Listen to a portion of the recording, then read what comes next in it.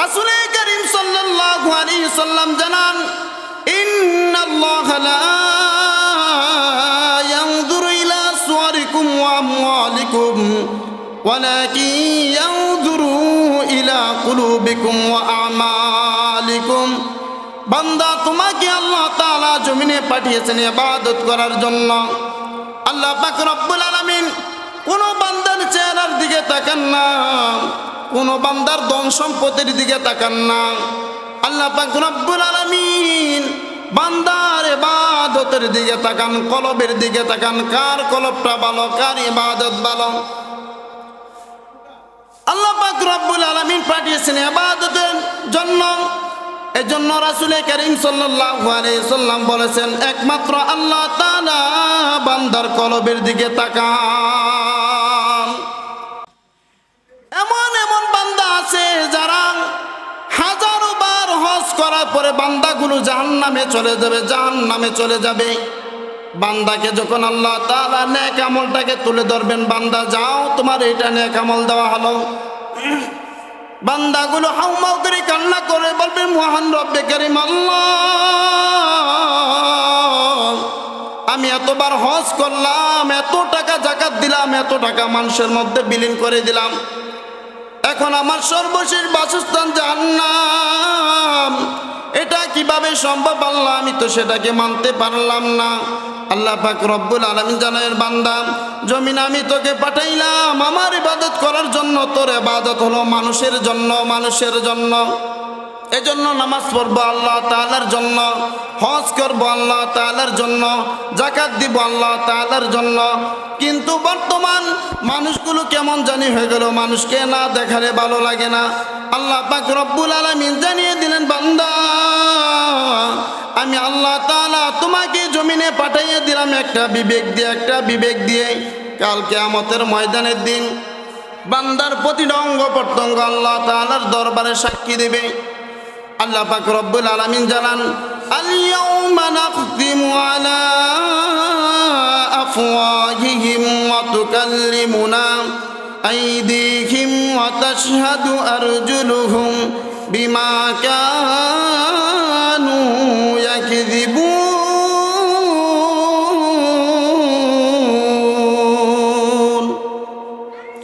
বান্দা তুমি যত ইবাদত করো না কেন, তুমি যত কাজ করো না কেন, তুমি রাতের অন্ধকারে তুমি গুনাহ করে ফেলেছ, তুমি দিনের আলোতে করেছ, তুমি আবদ্ধ অবস্থায় করেছ।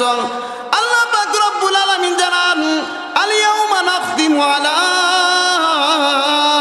আফওয়াহিহিম। বান্দা এমন একটা জমিন রেখে দিয়েছি, আল্লাহ তাআলা জানান, আল-ইয়াউমা নাখতিমু আলা আফওয়াহিহিম ওয়া তুকাল্লিমুনা আইদিহিম ওয়া তাশহাদু আরজুলুহুম বিমা কানু ইয়াকসিবুন।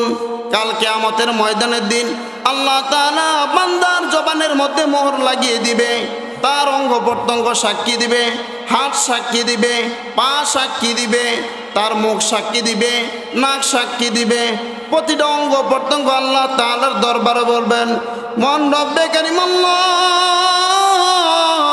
জমিনে আপনি আমাকে পাঠাইছিলেন, এই বান্দাটা হাতটাকে অসৎ পথে ব্যয় করেছে, জবানটাকে অসৎ পথে ব্যয় করেছে। মহান রব্বে কারীম আল্লাহ, আপনার দরবারে আমরা আরজু পেশ করলাম, আজকে আপনার কাছে দরখাস্ত করলাম, এই বান্দাকে যতক্ষণ পর্যন্ত জাহান্নামে নিতে পারবো না, ততক্ষণ পর্যন্ত আমরা তার থেকে বিচ্ছিন্ন হব না।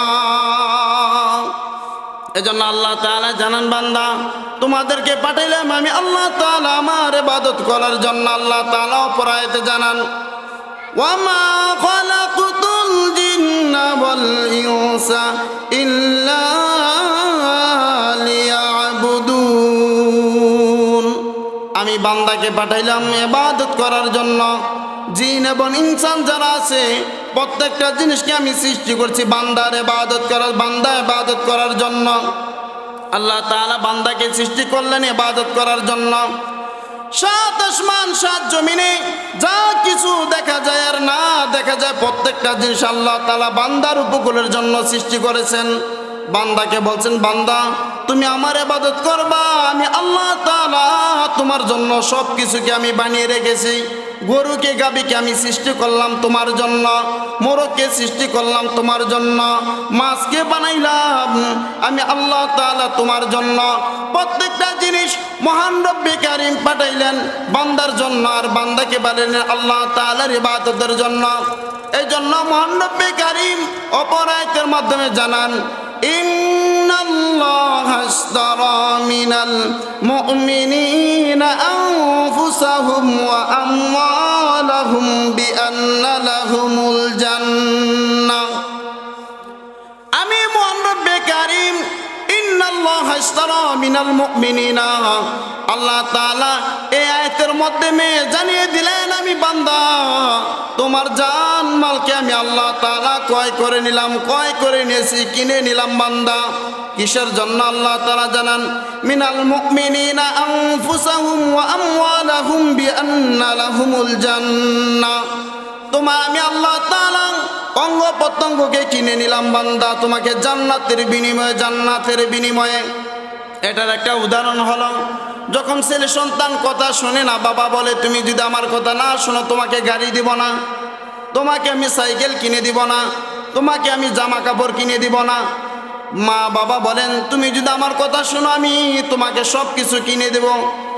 আল্লাহ তাআলা জানান বান্দা হুবাহুব তুমি যদি আমার ইবাদত করো আমি আল্লাহ তাআলা তোমার জন্য একটা জান্নাতকে নির্মাণ করে রেখেছি। আমি আল্লাহ তাআলা এত সুন্দর জান্নাত নির্মাণ করলাম কোনোদিন বান্দা কল্পনাও করতে পারে না। এই জন্য রাসূল কারীম সাল্লাল্লাহু আলাইহি সাল্লামের সাহাবীগণের ইবাদত কেমন ছিল, তারা দুনিয়ার পিছে ছুটে নাই, সর্বক্ষণ তারা চেষ্টা করেছে মহান রব্বে কারীমকে কিভাবে সন্তুষ্ট রাখা যায়, সন্তুষ্ট করা যায়, কিভাবে তারা আল্লাহ তাআলার ইবাদত করতে পারে। তারা ইবাদত করতে করতে নিজের খাবারকে ভুলে যায়, নিজের অবস্থাকে ভুলে যায়। রাসূল কারীম সাল্লাল্লাহু আলাইহি সাল্লামের একজন সাহাবী ছিলেন হযরতে আবু হুরায়রা রাদিয়াল্লাহু তাআলা আনহু, এমন ভাবে ইলমকে অর্জন করেছেন, ইবাদত করলেন। ওই সাহাবী ইবাদত করতে করতে নিজের খাবার সব ভুলে যায়, নিজের ফ্যামিলির কথাকে ভুলে যায়। এই জন্য তারা একমাত্র সন্তুষ্ট করার দরকার ছিল আল্লাহ তাআলাকে। এই জন্য তাদের নামে শেষে বলতে হয় রাদিয়াল্লাহু তাআলা আনহু ওয়া রাদু আন।